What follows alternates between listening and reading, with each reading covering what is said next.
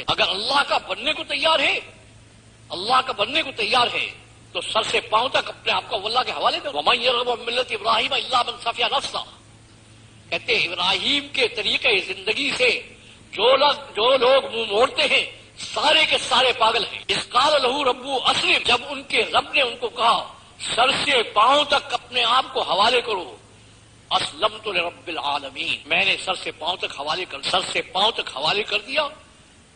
میں نے انی وجہت وجہ الذی فطر السماوات والارض حنیفا وما انا من المشرکین، میں نے صرف آپ کی طرف رخ کیا ہے، میرا رخ کسی طرف نہیں۔ اللہ نے اسباب پیدا کیے ہیں، مگر وہ کیا کہتا ہے کہ میں بغیر اسباب کے بھی کام کرتا ہوں، تو میرا بن جا، جہاں اسباب فیل ہو جائیں گے میں تیرا کام کروں۔ اس لیے بتایا گیا ہے کہ اسباب کا استعمال جائز ہے، بشرطے کہ پہلے قدرت کو ساتھ لے کر ان کے اسباب کو استعمال کریے۔ اگر پہلے قدرت کو ساتھ لے کر پھر اسباب استعمال کرے گا تو سارے اسباب اس کے حق میں استعمال ہوں گے، اور اگر قدرت کو ساتھ لیے بغیر اسباب کے پیچھے لگے گا تو یہ اسباب ہی بار بار کر کچوبر نکال دیں گی، جیسے آج نکال رہے ہیں۔ اسباب کا استعمال منع نہیں ہے، قدرت کو ساتھ لے کر استعمال کرنے کی اجازت ہے، پہلے قدرت کو ساتھ دو۔ اور قدرت کیسے ساتھ آتی ہے؟ قدرت کیسے آتی ہے؟ قدرت کہتی ہے کہ سر سے پاؤں تک اپنے آپ کو حوالے کر، میں تیرے ساتھ ہو جاؤں۔ اصحاب تاریخ نے ایک واقعہ لکھا ہے کہ حضرت ام ایمن یہ سفر کر رہی تھی مکہ معظمہ سے مدینہ منورہ کی طرف، راستے میں لق و دق میدان، نہ کوئی پانی نہ کوئی چیز، کچھ بھی نہیں، روزے سے تھی، افطار کا وقت آ گیا، کہیں دور تک پانی کا نام و نشان نہیں۔ اب اللہ کی معیت دیکھیے کہ اللہ کی معیت کیا کام کرتی ہے۔ کہتے ہیں میں نے ہاتھ اٹھایا کہ تیری بندی روزے سے ہے، پیاس لگی ہوئی ہے، پانی کہیں ہے نہیں، اپنے بندی کے پیاس کا انتظام فرماؤ۔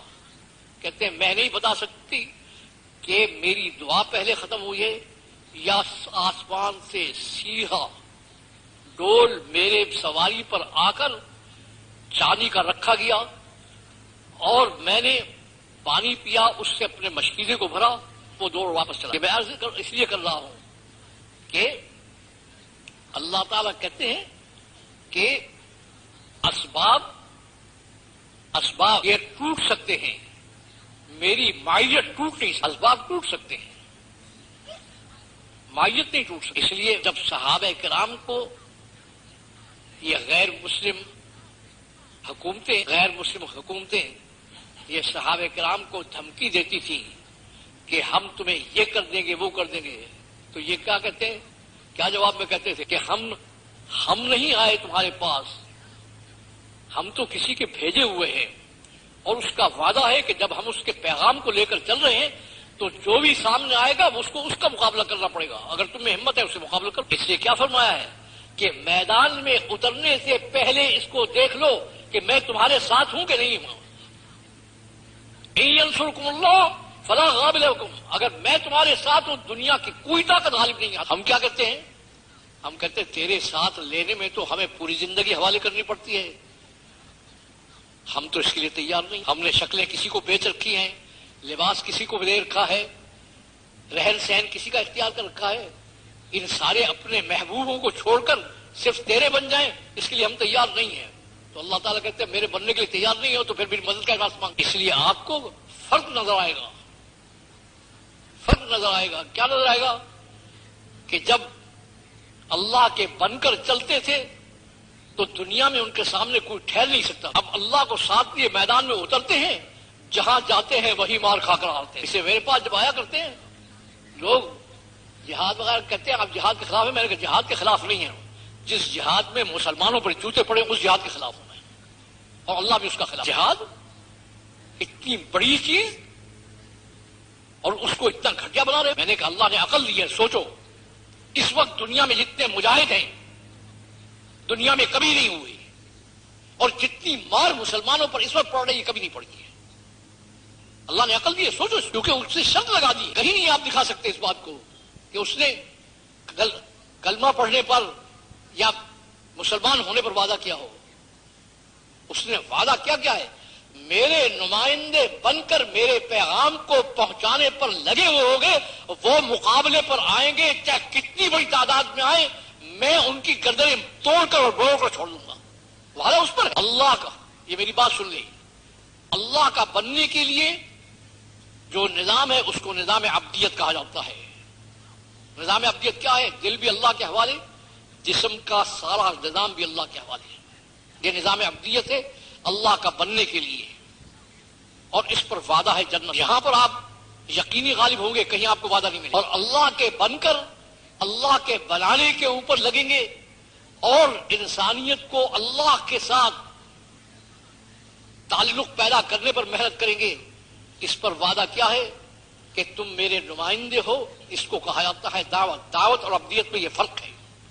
خود کو اللہ کا بنانا، دوسروں کو اللہ کا بنانے پر محنت. خود کو اللہ کا بنانے پر وعدہ جنت کا ہے، دوسروں کو اللہ کا بنانے پر وعدہ دنیا اور آخرت دونوں کا ہے.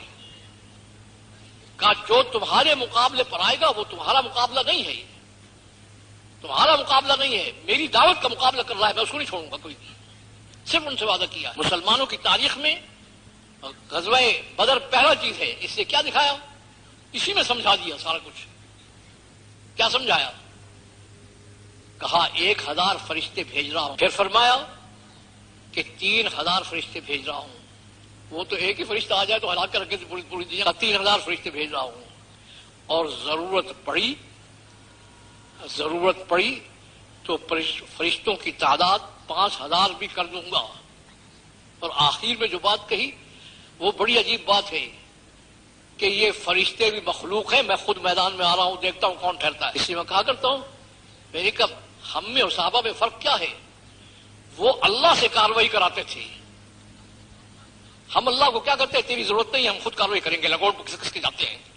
اللہ کہتا ہے اچھا کرو، ہر جگہ مان کھا گیا. پہلے بھی میں نے عرض کیا ہے، پھر یاد دہانی کے طور پر کر رہا ہوں. پوری تاریخ انسانی میں